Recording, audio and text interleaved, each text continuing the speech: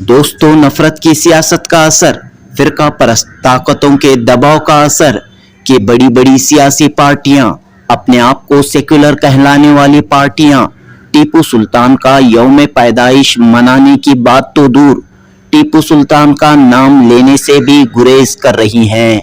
लेकिन ऐसे माहौल में आशिकाने टीपू सुल्तान ने कर्नाटक के मुख्तलिफ शहरों में हजरत टीपू सुल्तान शहीद रहमतुल्लाह अलैह का जन्मदिन पूरे शान शौकत के साथ, अकीदत के साथ, मोहब्बत के साथ मनाया। जिंदाबाद जिंदाबाद टीपू सुल्तान जिंदाबाद जिंदाबाद जिंदाबाद टीपू सुल्तान जिंदाबाद जिंदाबाद जिंदाबाद टीपू सुल्तान जिंदाबाद। बेंगलुरु के करीब देवनहल्ली में ऑल इंडिया मजलिसे इत्तेहादुल मुस्लिमीन ने टीपू सुल्तान के जाए पैदाइश पर गुल्हाए अकीदत पेश करते हुए टीपू सुल्तान के यौम पैदाइश की खुशियां मनाई। एमआईएम बेंगलुरु के सदर के शरफुद्दीन, जनरल सेक्रेटरी मजहर शरीफ व दीगर इस मौके पर मौजूद थे। मजलिसे इत्तेहादुल मुस्लिमीन एमआईएम के इन नुमाइंदों ने एक आवाज में बीजेपी और कांग्रेस पार्टी की सियासत की मजम्मत की। जनूबी हिंद न्यूज रिपोर्ट। मैं सबसे पहले जो है सारे हिंदुस्तान की आवाम के लिए, बिलखुसूस कर्नाटक और शहर बेंगलुरु के आवाम नास के लिए ये खुशामदीद देता हूँ कि हज़रत टीपू सुल्तान शहीद रहमतुल्लाह अलैह के यौम विलादत का दिन है। आज बड़ी ही खुशी और मुसर्रत का दिन है हमारे लिए।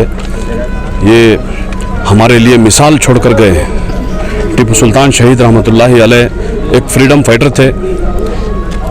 इनके नक्श कदम में जो है हमारी कामयाबी है। तो आज मैं सारे नौजवानों को यही कहूँगा कि टीपू सुल्तान शहीद रहमतुल्लाह अलैह जो है किताबों के बहुत शौकीन थे। उन्होंने एजुकेशन के ऊपर बहुत ज़ोर दिया और हर चीज़ के ऊपर जो है उन्होंने सिखाया, दिखाया कि कैसे सेकुलरिज्म कैसे बरकरार रखा जा सकता है और कैसे हिंदू मुसलमान को एकता करके कैसे लेकर गए। ये सारी हिस्ट्री है। आज अफसोसनाक बात है कि आज उनका नाम जो है आज किताबों से मिटा दिया गया है। इससे हमें बहुत तकलीफ़ है कि हम वापस जो है हमारी यहाँ की सीएम सिद्धरामैया जी से और यहाँ की गवर्नमेंट से हम अपील करते हैं कि उनका हमारे शहर मैसूर टीपू सुल्तान शहीद रहमतुल्लाह अलैह का जो है नाम है, जब से हम हमारे बुजुर्गों से जैसा चलता आ रहा था एजुकेशन के अंदर, किताबों के अंदर, उनकी हिस्ट्री, वो सबसे बेहतरीन फ्रीडम फाइटर थे। उन्होंने अगर चाहते तो वो छोड़कर जा सकते थे, लेकिन शहीद होना मंजूर किए, शहीद होना पसंद किया, लेकिन कभी पीठ नहीं दिखाई। उन्होंने छोड़कर, मैदान छोड़कर नहीं भागा। जैसे आज के मीर सादिक जो आज की गद्दार, जो हमारे हर लिहाज से जो है आज गद्दारी करके हमारा प्लेटफॉर्म को पीछे करना चाह रहे हैं, इसी तरीके से उस दौर में भी मीर सादिक की वजह से और कई सारे ऐसे मीर सादिक थे जो उनकी वजह से टीपू सुल्तान शहीद रहमतुल्लाह अलैह को नुकसान पहुंचा और शहीद होना पड़ा। हम देखते हैं कि एक वक्त था कांग्रेस हुकूमत ने पूरी शान और शौकत के साथ टीपू जयंती, टीपू का जन्मदिन मनाया, लेकिन आज हर तरफ खामोशी छाई हुई दिखाई दे रही है। देखिए, ये जो है हम टीपू सुल्तान शहीद रहमतुल्लाह अलैह को अपने दिल से, जानो दिल से हम उनको मानते हैं और उनको फॉलो भी करते हैं। ऐसा नहीं कि बस उनकी हुकूमत आई अपनी सियासत की रोटियां सेकने के लिए। ये जो है सिर्फ एक वक्त जो है 2014 या 2015 के अंदर जो है उन्होंने मनाया, फिर उसके बाद ख़त्म कर दिया। जब उनको आगे करना ही नहीं था तो शुरू ही क्यों किया?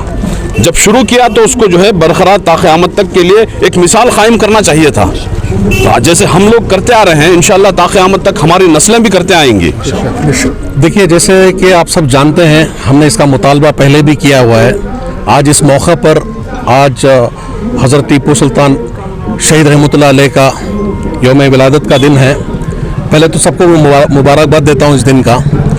वो शहीद का नाम इन लोगों ने इस्तेमाल करते हुए एक हीरो जो सिर्फ इस रियासत का हीरो नहीं था, इस मुल्क का हीरो था, जिसने पूरी दुनिया में मिसाल कायम की।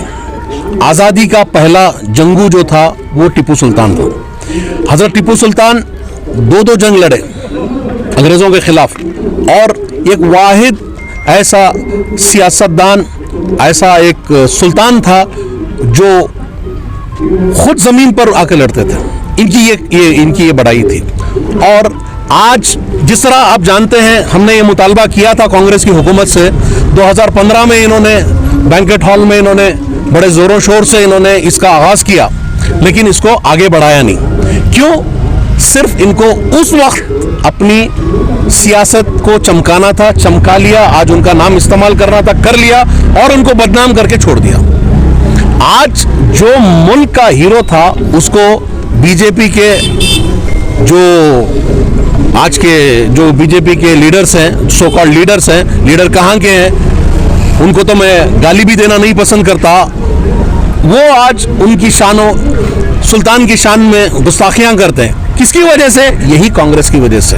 ये कांग्रेस वाले जानबूझकर मुसलमानों को बदनाम करने के लिए ऐसे चीजें लेके आते हैं, जहां के फिर उसके बाद बीजेपी वाले उसको आगे बढ़ा के उसको बदनाम करते हैं। टीपू सुल्तान का नाम कोई मिटा नहीं सकता साहब। उनका इतिहास आज का नहीं है।